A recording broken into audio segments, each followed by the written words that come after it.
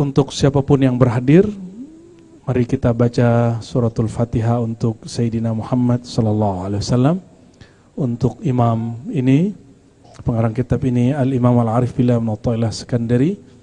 Untuk para ahli silsilah Sayyidina Syekh Abdul Qadir Jilani Qutbur Rabbani qaddasallahu sirrahu, Sayyidina Abdul Hasan Syazili qaddasallahu sirrahu, Sayyidina Muhammad Bahaili Syah Naqsyabandi qaddasallahu sirrahu, Sayyidi Ahmad Rifai qaddasallahu sirrahu, Sayyidi Ahmad bin Idris Al-Idrisi wa Ahmad Tijani qaddasallahu sirrahum al-aziz, wa kadzalika Syekh Muhammad Karim Sammani wa jami'i atba'ihim wa usulihim wa furuhim. Al-Fatihah. A'udzubillah.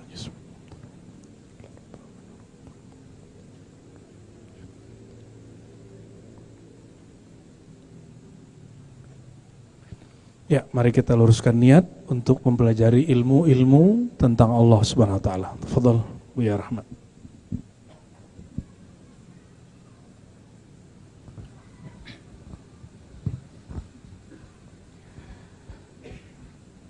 Bismillahirrahmanirrahim. Qala al-musannif al-Imam Ibnu Atha'illah As-Sakandari qala basataka kay la yubqiyuka ma'al qabdi wa qabadaka kay la yatsrukaka ma'al basati wa akhrajaka ka'anhuma kay la takunu li syai'in dunahu. Dia memberimu kelapangan agar kamu tidak terus berada dalam kesempitan. Dia memberimu kesannya agar kamu tidak bergantung pada siapapun selain dirinya. Ya, ini coret-coretannya bisa tampil depannya. Apabila seorang mau ke Surabaya, maka ngelewatin dulu di jalur darat. Misalnya kita ngelewatin Semarang, betul nggak? Ngawi terus sampai ke Semarang. Tempat pemberhentian itu dalam bahasa Arab disebut makom. Apa sebutannya? Jamaknya, pluralnya makomat. Saya tulis makom. Itu ya. Bahasa Arabnya begini. Dia berasal dari kata qiyam. Qiyam berdiri. Nah, makom ini disertai kondisi. Kondisinya disebut dengan hal. Bahasa Indonesia, hal itu apa?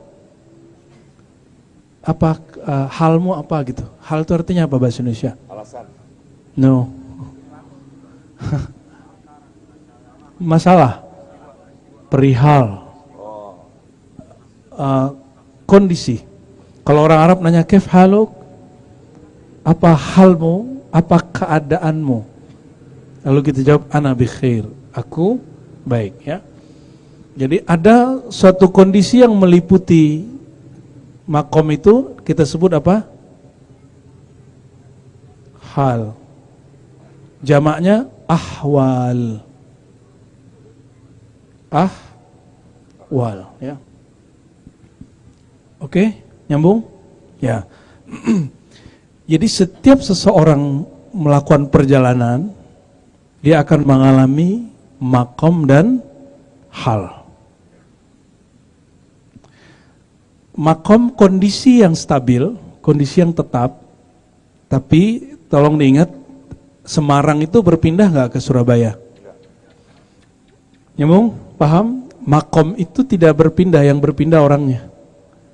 Di saat seseorang sampai di Semarang, itu rasanya beda ketika orang sampai di Cirebon. Betul nggak? Kita Cirebon dulu baru Semarang, mungkin Solo, Ngawi apa gitu, terserah teman-teman kalau jalur darat. Alami perjalanan. Perjalanan itu juga ada makomnya. Di saat seseorang mengalami misalnya, kalau kayak kita ini kan nggak ada yang lepas dari maksiat, benar nggak? Ada di sini yang tidak berdosa? Minimal hari ini matanya sudah dosa belum? Telinganya sudah dengar aib orang belum? Udah dengar aib Prabowo belum? Dah. Tuh ente senang buat dengerin aib orang ya. Sudah menikmati apa tuh yang ditonton orang di stand up comedy Panji itu? Oh ya. Ya, hari ini stand up comedy dia ada pesan tapi Ada adabnya loh dalam agama. Hati-hati yang bergerak dalam dakwah stand up comedy. Tolong jangan menghina orang. Sibabul muslim fusuk. Mencaci maki sesama muslim fasik. Fasik itu sama kufur dekat. Hati-hati. Yang kurang di negeri bebas adalah bersyukur. Ya. Di negara monarki di luar sana, bahkan di jiran kita yang tidak monarki pun mengkritik pemerintah, belum turun dia dari mimbar, itu diturunin dia. Ketika ada salah satu negara yang Islam di Timur Tengah sana, khotib Jumatnya mengkritik pemerintah karena membolehkan perempuan nyetir, belum turun, belum selesai khutbah, langsung ditangkap di Mekah. Ya. Di Indonesia gimana? Orang hujat-hujat presiden gimana? Ya, biarin hidup. Karena ini orang nggak pernah jalan-jalan keluar dengan serius. Rasa bersyukur dia sebagai penyampai pesan kurang, sebagai ustadz kurang. Jadi yang mengajarkan tidak bersyukur hari ini itu orang-orang yang berdiri di mimbar itu. Itu sebabnya Bang Dik, saya 2025, seingat saya cuma 2 kali khutbah. Satu khutbah hari raya, karena sudah janji dari sebelum pandemi di kampung. Yang kedua dipaksa Guru Udin dalam tanda kutip, karena waktu itu kita sowan ke Guru Udin di Samarinda. Pas hari Jumat saya khutbah di situ, dipakein sorban besar itu ya. Teman-teman, ujian yang terberat apa nanti? Ketika Allah nanti mengislah Al-Mahdi, itu mah gampang.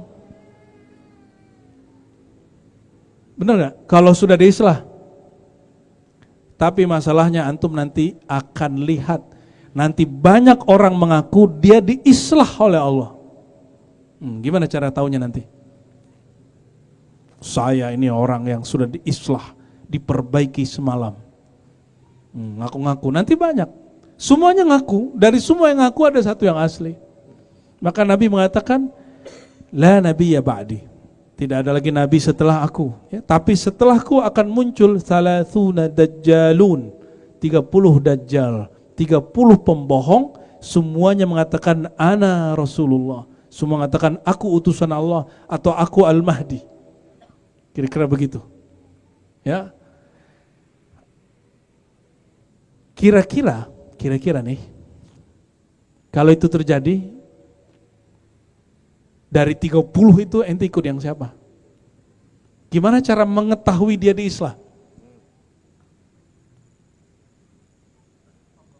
Tapi gak akan kita buka juga malam ini. Ya. Maka Sidi Ahmad Rifai dalam Al-Burhan Al-Mu'ayyad mengatakan, hati-hati, kadang wali Allah itu tukang sapu, kadang tukang bersih-bersih, kadang petani, kadang pedagang. Allah sembunyikan nurnya di tempat orang paling banyak bohong, di pasar. Allah sembunyikan nurnya di antara orang-orang yang menjabat. Bisa jadi, suka-suka Allah itu. Sebagaimana Allah sembunyikan zulumat, gelapnya syaitan di majelis-majelis. Pernah dengar majelis, duit majelisnya ditipu oleh yang khidmatnya atau ustadznya? Pernah? Pernah ya? Pernah? Sering apa lebih sering? Baru lewat. Ya, sama aja. Orang yang sorak-sorak, ayo kumpulkan dana untuk bantu saudara kita di negara fulan, negara fulan. Mana suara mereka untuk Sumatera? Ada nggak? Kita nuntut mereka. Nih saudara kamu di Sumatera juga sengsara loh. Apa nge-branding? Nggak ada kan? Kalau saya nggak berani karena Ribat bukan lembaga filantropi itu. Kita lembaga ta'lim, ya. Kan ciri-ciri kerusakan itu ketika seseorang mengambil amanah yang bukan ilmunya. Betul nggak? Di antara orang-orang Ribat hanya kami yang berdua yang orang filantropi, saya dan Buya Asfi. Buya Asfi pun cuma konsultan, tidak pernah di programnya. Saya hanya di program filantropi itu 3 tahun. Nggak cukup pengalamannya. Jadi kita nggak nekat seperti kawan-kawan saya sebagian kumpulkan duit terus bingung mau dibawa kemana. habis udahlah masuk ke rekening aja deh. Itu banyak terjadi. Ustadz kalau belum jadi kekasih Allah ngeliat duit hijau juga matanya. Gimana Bang Dik? Sama aja. Ya. Berapa banyak kawan kita sebelum dia menjabat itu kritisnya ke pemerintah nggak tanggung-tanggung. Pas menjabat, ya salam.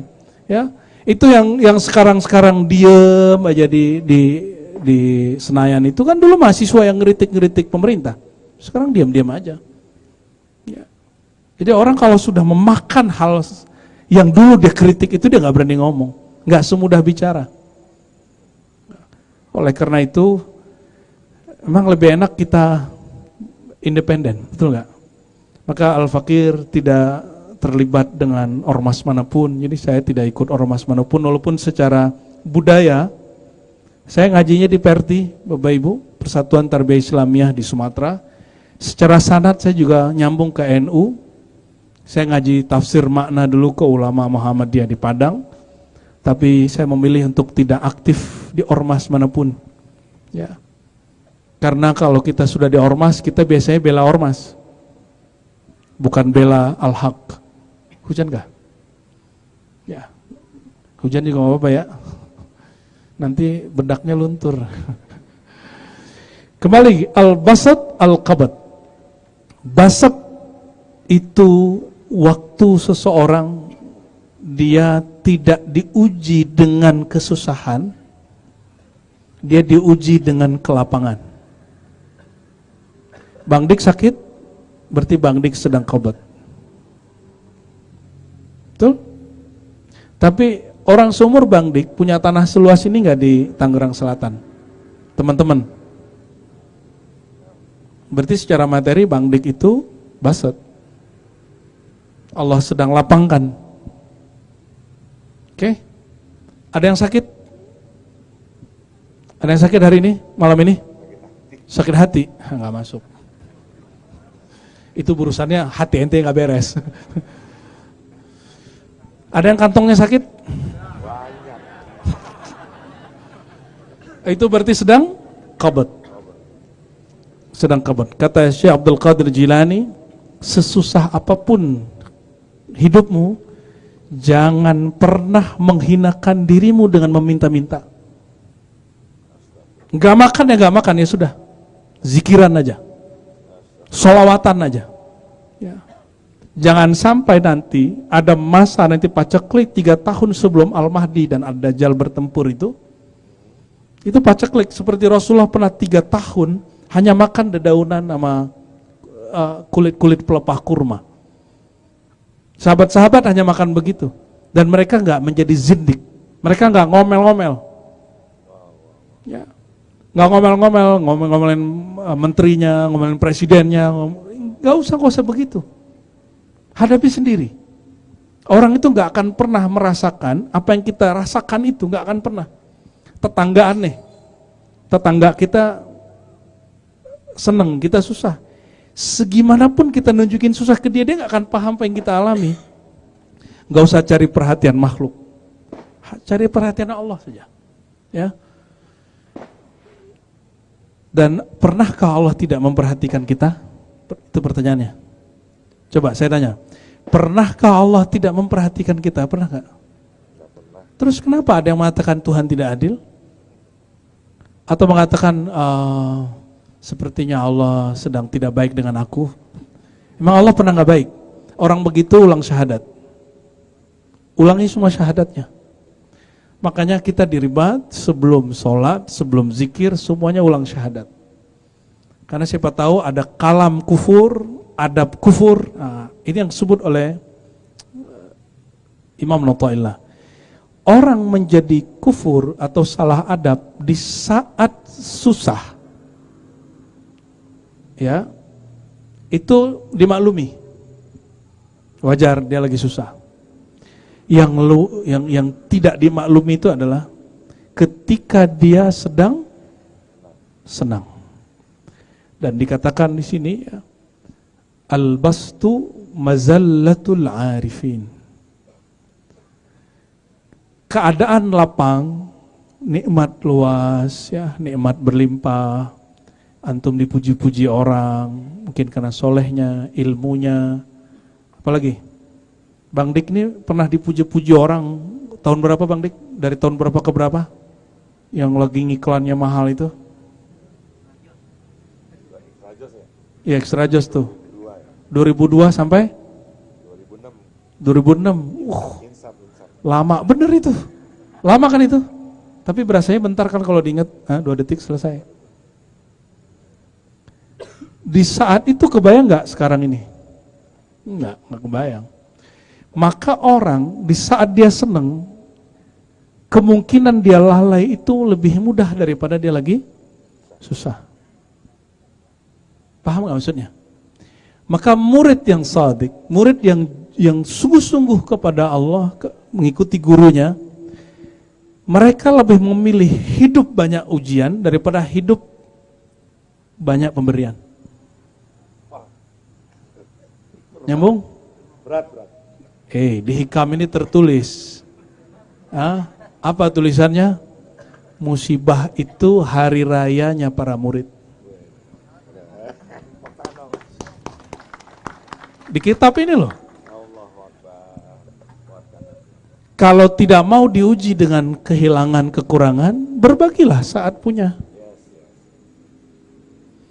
Tapi orang berbagi saat punya itu sangat sulit sekali. Disitulah dia tergelincir. Dia ngomong ini kan usaha gua, ya kan? Berapa banyak dulu anak-anak muda. Dulu saya punya Youth Hikam, Bang Dik.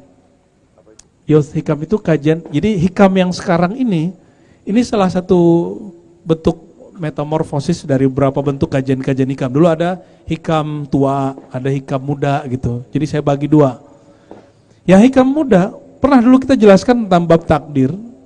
Apa kata si anak muda ini? Nggak bisa gitu, Ustadz nggak paham bisnis katanya. Maksud kamu apa? Saya tanya gitu. Kita ini nggak ada namanya dapatkan hasil kalau kita nggak share. Kita mesti hunting, mesti publish. Waduh, gaya bener, kayak teorinya kayak paling keren. Ya, saya ceritakan kepada dia, ada kawan saya di salah satu tempat di Jaksel, dia nggak ada online, nggak ada GrabFood, nggak ada GoFood, tapi hari ini dia waktu itu baru 3 tahun dia bikin toko, ada toko batik, ada food court, itu ngelewatin orang yang sudah 20 tahun di tempat itu. Nggak ada publish. Cuma dia kalau ngasih barangnya bagus, dapat hadiah gitu orangnya. Nanti orang ini cerita. Makanannya mahal Bandik. Itu somainya harganya 60-70 kalau nggak salah satu. Kalau di sini berapa? 10.000. Tapi nggak ada orang kecuali antri setiap hari. Jadi di jam-jam makan itu semua orang antri. Nggak ada publish. Saya tanya, Mas, amalanmu apa? Yang kamu amalkan apa? Publish di sini di situ enggak? Dia cuma ngomong ini. Saya punya karyawan 40 orang. Saya ingat saya. Kami setiap duha gantian sif-sifan memohon kepada Allah Ta'ala dengan doa yang dibaca orang itu. Ya Allah, jika rezekiku di langit turunkan. Tapi turunkannya bukan ke bumi, turunkan ke toko kami gitu. Disebutin tokonya. Kalau di bumi keluarkan ke toko kami. Begitu bahasa dia. Jadi dia cuma sholat duha. Di sholat duha itu teman-teman, kata Imam Ibnul Jauzi, doa yang mustajab itu di saat orang lagi lalai, lalu kamu datang ke Allah. Duha itu orang lagi sibuk ngapain? Kerja. Dia datang ke Allah. Duha itu kira-kira pukul 7:30 sampai jam 10:30 lah. Itu orang lagi lalai.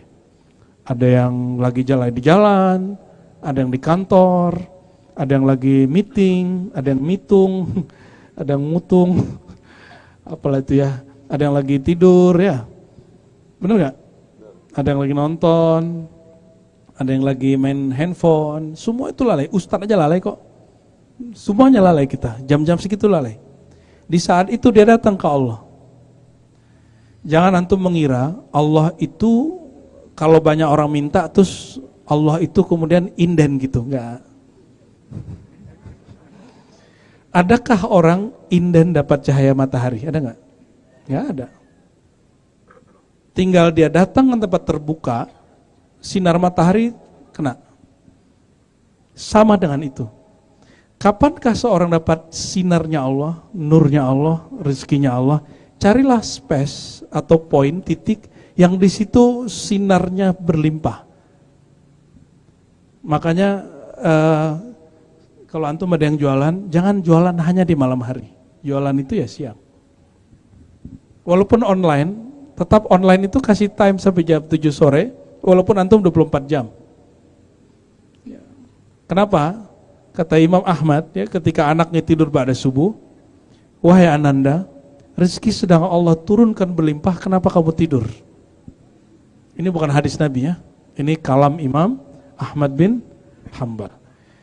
Barangkali itu pengantar dari basat dan qabat ya. Sudah nyambung? Jadi basat artinya apa basat? Lapangan sama makom atau kondisi lapang. Kalau qabat ya. Sebelum pindah, kalau murid dengan guru, basat itu ketika guru mengatakan kamu urus dirimu sendiri, kamu sudah lepas, kamu aku ijazahi, itu sudah basat. Jadi guru ngangkat murid jadi guru, itu basat. Atau guru mengatakan kamu tidak perlu jumpa aku dulu, itu basat. Nyambung? Ya, kalau orang sedang berusaha, dia dapat rezeki, itu basat. Dia lagi susah, itu qabat. Kalau murid didekap terus sama gurunya, dia sedang qabat. Hati-hati, jangan sampai lupa diri ya. Wallahu a'lam bishawab. Kita sholawat dulu. Ya boleh, kita sholawat dulu. Tapi pertanyaan dulu Bu ya, izin Bu ya. Kondisi di akhir zaman kan tidak menentu, uang kertas ditukar emas. Terus ada orang kelaparan, menganiaya, terus saling rampas-merampas. Katanya Buya, ada zikir akhir zaman yang akan diturunkan oleh Allah buat orang-orang yang dikehendaki oleh Allah, sehingga dia tidak merasa lapar dan dia melihat air pun tidak berebut air untuk keluarganya. Apakah zikir itu dalam perjalanan sudah turun atau masih disembunyikan? Ya, apabila nanti terjadi, sebenarnya jangan terjebak dengan wirid lafaznya Bang Dik. Wirid itu amalan yang dirutinkan. Tidak adalah amalan kecuali di belakangnya ada pemberian rohani. Namanya warid. Pemberian rohani itu pemahaman, ketepatan faham. Itu namanya warid. Makom dan hal itu bagian dari warid. Ya. Apakah zikirnya sudah turun? Oh, sudah turun dari masa sebelum Rasulullah sallallahu alaihi wasallam. Para nabi-nabi sudah ngelakuin. Waktu Nabi Nuh masuk dalam perut ikan, dia makan minum apa? Apa yang turun ke dia? La ilaha illa anta subhanaka inni kuntu minaz zalimin. Nabi Ibrahim berhari-hari dibakar. Apa yang turun ke beliau? Hasbiyallah wa ni'mal wakil. Wirid itu banyak Bang Dik. Bukan itu yang penting. Bang Dik baca 4.000 kali hasbiyallah, tapi pahamnya sama nggak dengan Nabi Ibrahim baca sekali? Jadi orang lupa hari ini mengejar kuantitas zikir, tapi melupakan kualitas zikir. Yang diperlukan kita hari ini apa yang Nabi katakan, man qala la ilaha illallah dakhala jannah. Siapa yang baca la ilaha illallah masuk surga. Nabi enggak mengatakan 1, 2, 3. Tapi di hadis lain ada tambahannya, man qala la ilaha illallah, ya, sidqan min qalbihi atau tasdiqan min qalbi. Dia rasanya tasdik dari kolbunya. Kolbunya membenarkan, lisannya melafazkan. 1 cukup. Cukup. Berarti yang mahal itu lafaz bacaannya atau fahamnya. Atas dasar itulah ribat kita insya Allah sampai nanti triloginya 3. 1 ilmu, 2 zikir, 3 khidmat. Yang 1 apa? Jadi pertama ngaji di ribat bukan talqin dulu, ngaji dulu. Ilmu dulu. Kita nggak menuntut orang talqin. Kalau teman-teman nggak sabar mau talqin, cari mursyid di luar. Ya, cari mursyid di luar. Kami nggak pernah mempromosikan talqin. Ya, kami nggak pernah jualan talqin, tidak pernah kemudian mengatakan orang yang dapat talqin lebih keren, orang sudah dapat talqin lebih selamat. Nggak. Berapa banyak yang sudah ngambil talqin kemudian meninggalkan ilmunya. Jangan pernah ambil satu amalan kecuali tahu ilmunya. Ingat malam ini. Jangan amalkan sesuatu kecuali faham apa yang dibaca. Oleh karena itu, ini perbedaan antara Thariqat Naqsyabandiyah dengan Syaziliyah. Naqsyabandiyah berkembangnya di Uzbek. Uzbek itu Arab atau non-Arab? Arab? Arab maklum. Non-Arab. Imam Syazili terakhir thariqahnya berkembang di Alexandria, Mesir. Orang Mesir itu kebanyakan Arab atau non-Arab? Mesir sampai hari ini. Bahasa Arab. Apa perbedaan wiridnya? Wirid Naqsyabandi, pejamkan mata, lidah dikunci, sebut nama Allah di kolbu. Enggak baca macam-macam. Depannya hanya syahadat, Fatihah, kulhu, sholawat, selesai ilahi anta maksudi. Sedangkan Imam Syazili itu punya hizib. Hizib itu kumpulan ayat yang kemudian ada doa-doanya. Ada Hizbul Bahar, ada Hizbul Nasr, ada yang terpanjang Hizbul Kabir, Hizbul Bar. Itu 10 lembar. Kok bisa beda? Karena murid-muridnya orang Arab. Itu nggak bisa terkondisikan kecuali mereka membaca teks Arab. Jadi orang Arab itu makhluk kata-kata. Mereka itu akan berubah kondisi rohaninya lewat dikata-katain. Ya, maka Nabi Muhammad SAW mukjizatnya di kata-kata. Dan ilmu ini selama ada orang di dunia ini membaca bahasa Arab, sholatnya pakai bahasa Arab, nanti akan tertarik dengan kata-kata yang menarik. Nah, teman-teman ini datang, ini saya husnuzon karena tertarik dengan kata-kata Ibnu Athaillah Sekandari. Ya. Itu insya Allah pertanda kolbunya ada waridnya. Amin ya Rabbal. Ada pemberian Allah di kolbu. Semoga Allah kekalkan. Amin ya Rabbal alamin. Tapi teman-teman jangan terlalu overestimate kepada kami para guru ya. Kami ini juga manusia biasa. Kami ini juga orang-orang yang ya kita nggak jauh beda lah. Kami makan, minum, sakit. Bang Dingnya sakit. Para orang paling sakti se-Tangerang Selatan ini. Buya Asfi, ya, Buya Yunal, ini kami manusia biasa. Tapi ada yang beda dari para abuya ini. Abuya-abuya ini nggak pernah berebut murid. Ya, Buya Aldomi sedang ke Brunei ya, mewakili kita ada acara sahabat-sahabat kita di Brunei. Lora juga sedang sana, Lora Ali. Ya, mereka nggak pernah berebut murid. Ditanya, mereka nggak pernah berebut proyek talqin, ya, tidak pernah berebut proyek manakib, nggak ada. Ya, mereka lebur pergerakannya, insya Allah mereka, saya doakan semoga kami semua istiqomah. Mereka betul-betul fokus di tugas-tugasnya, nggak mikirin fasilitas. Orang hari ini kenapa rusak, kenapa korupsi? Karena mereka mikirin fasilitas sebelum tugas. Sama aja mental pejabat zahir ataupun pejabat batin sama aja hari ini.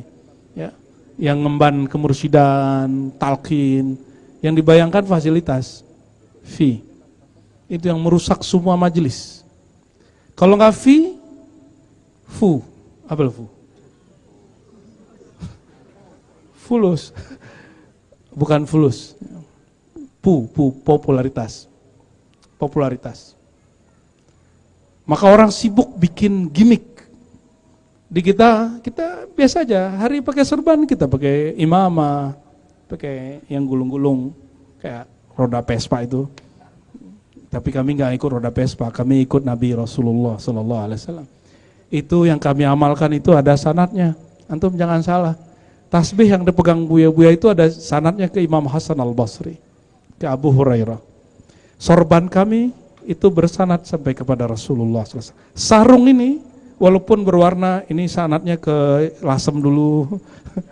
Habis itu sampai ke Rasulullah kan bersarung. Betul nggak? Rasulullah bersarung. Pakai ini namanya rida, apa namanya? Rida itu apa? Shawl ya. Kayak Buya ini boleh di samping, boleh di kanan, boleh tengah. Itu pun ada hadisnya. Ya. Berjenggot dikit, berjenggot banyak. Bang Dik berjenggot dikit, Bang Dik udah tua. Masih ngerasa muda aja. Ya.